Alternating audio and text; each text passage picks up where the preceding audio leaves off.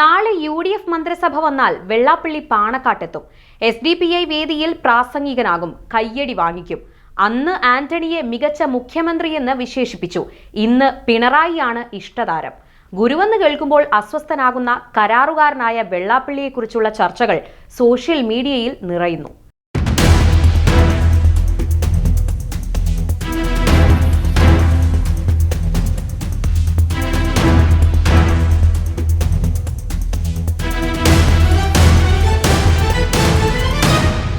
കേരളം വൈകാതെ മുസ്ലിം ഭൂരിപക്ഷ നാടായി മാറുമെന്ന വിവാദ പരാമർശം നടത്തിയ SNDP യോഗം ജനറൽ സെക്രട്ടറി വെള്ളാപ്പള്ളി നടേശനെതിരെ മുസ്ലിം സമുദായത്തിൽ നിന്ന് പ്രതിഷേധം ഉയർന്നിട്ടുണ്ട്. മതേതര കേരളത്തിൽ വിദ്വേഷ പ്രസംഗം നടത്തിയതിന് വെള്ളാപ്പള്ളിക്കെതിരെ നിയമ നടപടി സ്വീകരിക്കണമെന്ന ആവശ്യവും ശക്തമാണ്. സോഷ്യൽ മീഡിയയിൽ വെള്ളാപ്പള്ളി നടേശനെക്കുറിച്ച് വ്യത്യസ്ത ചർച്ചകൾ തന്നെ നടന്നുവരികയാണ്. കുശാഗ്ര ബുദ്ധിക്കാരനായ വെള്ളാപ്പള്ളിയെ ഒരു മുസ്ലിം വിരോധിയായിട്ടൊന്നും കാണേണ്ടതില്ലെന്ന അഭിപ്രായം ചിലർ ഉന്നയിക്കുന്നുണ്ട്. അതിൽ ശ്രദ്ധേയമായത് മാധ്യമപ്രവർത്തകനായ ശ്രീകുമാർ മനയിലിന്റെ എഴുത്താണ്. 23 വർഷങ്ങൾക്ക് മുൻപ് ജോലി ചെയ്തിരുന്ന മാധ്യമ സ്ഥാപനത്തിന് വേണ്ടി സംസാരിച്ചപ്പോൾ വെള്ളാപ്പള്ളിയുടെ നാവിൽ നിന്നും വീണ ചില വാക്കുകൾ കേട്ട് അന്തം വിട്ടുപോയെന്നാണ് ശ്രീകുമാർ FB പോസ്റ്റിൽ കുറിച്ചിരിക്കുന്നത്. വെള്ളാപ്പള്ളി നടേശൻ മുസ്ലിം വിരുദ്ധനാണെന്ന് ആര് പറഞ്ഞാലും വിശ്വസിക്കാൻ കഴിയില്ലെന്നും ഈഴവ സത്വത്തിൽ പോലും അദ്ദേഹം അഭിമാനം കൊള്ളുന്നില്ലെന്നും അദ്ദേഹം പറയുന്നു. അവർണർ ബുദ്ധിയില്ലാത്ത വർഗമാണെന്നാണ് അദ്ദേഹം സംഭാഷണ മധ്യേ പറഞ്ഞത്. ഇത്രയും സംവരണമൊക്കെ കിട്ടിയിട്ടും ഗതി പിടിക്കാത്തത് അതുകൊണ്ടാണത്രേ. സ്വന്തം സമുദായത്തോട് പോലും എന്തെങ്കിലും ഒരു താല്പര്യം യഥാർത്ഥമായും അദ്ദേഹത്തിന്റെ മനസ്സിലുണ്ടെന്ന് ആ സംസാരം കേട്ടാൽ ഒരിക്കലും തോന്നില്ലായിരുന്നു.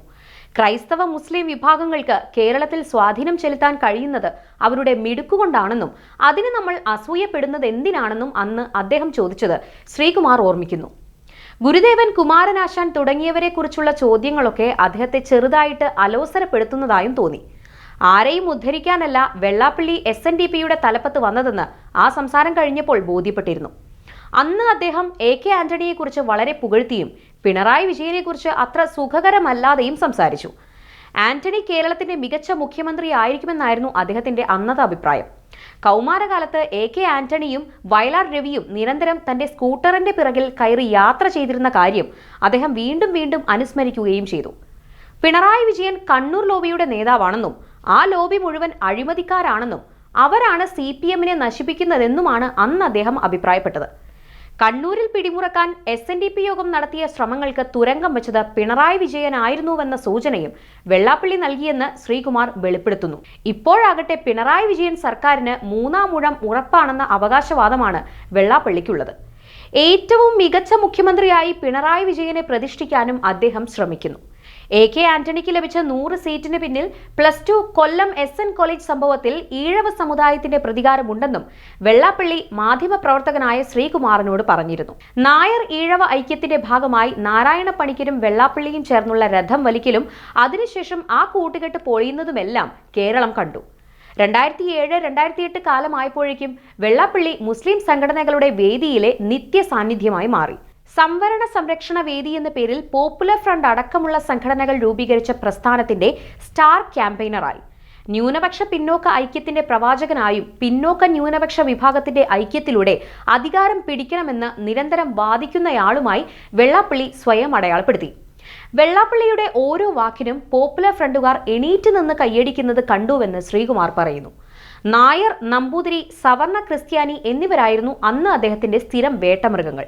2016 നിയമസഭാ തെരഞ്ഞെടുപ്പിന് മുമ്പ് BDJS രൂപീകരിച്ചുകൊണ്ട് വെള്ളാപ്പള്ളി RSS പാളയത്തിലെത്തി. അന്ന് കേരളം മുഴുവൻ നടത്തിയ യാത്രയിലാണ് ആദ്യമായി മുസ്ലിം വിരുദ്ധത അദ്ദേഹം വാരി വിതറിയത്. ആ തെരഞ്ഞെടുപ്പിൽ UDFനെ പരാജയപ്പെടുത്തുക എന്നതായിരുന്നു അദ്ദേഹത്തിന്റെ മുഖ്യ അജണ്ട. വെള്ളാപ്പള്ളിയെ തടയുന്ന കാര്യത്തിൽ UDF പതറിയപ്പോൾ VS അച്യുതാനന്ദനെ രംഗത്തിറക്കി CPM അദ്ദേഹത്തെ നേരിട്ടു. അങ്ങനെ മുസ്ലിം വോട്ടുകൾ ഒന്നടങ്കം ആ തെരഞ്ഞെടുപ്പിൽ ഇടതുമുന്നണിയിലെത്തി. ശബരിമല യുവതീ പ്രവേശനവുമായി ബന്ധപ്പെട്ട സുപ്രീം കോടതി വിധി വന്നപ്പോൾ വെള്ളാപ്പള്ളിയും കുടുംബവും നവോത്ഥാന മതില് കെട്ടാൻ പിണറായിക്ക് പിന്നിൽ അണിനിരന്നു. മൈക്രോ ഫിനാൻസ് മുതൽ SN കോളേജ് സ്കൂൾ നിയമനങ്ങൾ വരെയുള്ള കേസുകൾ ഒതുക്കി നിർത്താൻ അദ്ദേഹത്തിന് കഴിഞ്ഞത് CPM BJP സഹായം കൊണ്ട് തന്നെയാണ്. UDFും കഴിയുന്നതുപോലെ അദ്ദേഹത്തെ സഹായിച്ചു. നാളെ കോൺഗ്രസിന്റെ നേതൃത്വത്തിൽ ഒരു മന്ത്രിസഭ കേരളത്തിലും കേന്ദ്രത്തിലും അധികാരത്തിലെത്തുന്നുവെന്നിരിക്കട്ടെ, വെള്ളാപ്പള്ളി നടേശൻ പാണക്കാട് തങ്ങളെ അങ്ങോട്ട് ചെന്ന് കാണും. SDPIയുടെ വേദിയിൽ അദ്ദേഹം പ്രസംഗിക്കും. 20% വരുന്ന മുന്നോക്ക ജാതിക്കാർ തട്ടിയെടുക്കുന്ന അവസരങ്ങളെക്കുറിച്ച് ഓർത്ത് അദ്ദേഹം പൊട്ടിക്കരയും. രാഹുൽ ഗാന്ധിയെ ചെന്ന് കാണും. അദ്ദേഹത്തെ കണിച്ചുകുളങ്ങര ഉത്സവത്തിന് ക്ഷണിക്കും. സാമുദായിക സൗഹാർദ്ദം നിലനിർത്താൻ മുസ്ലിം ലീഗ് വഹിക്കുന്ന പങ്ക് തങ്കലിപികളിൽ രേഖപ്പെടുത്തേണ്ടതാണെന്ന് അദ്ദേഹം തട്ടിവിടും.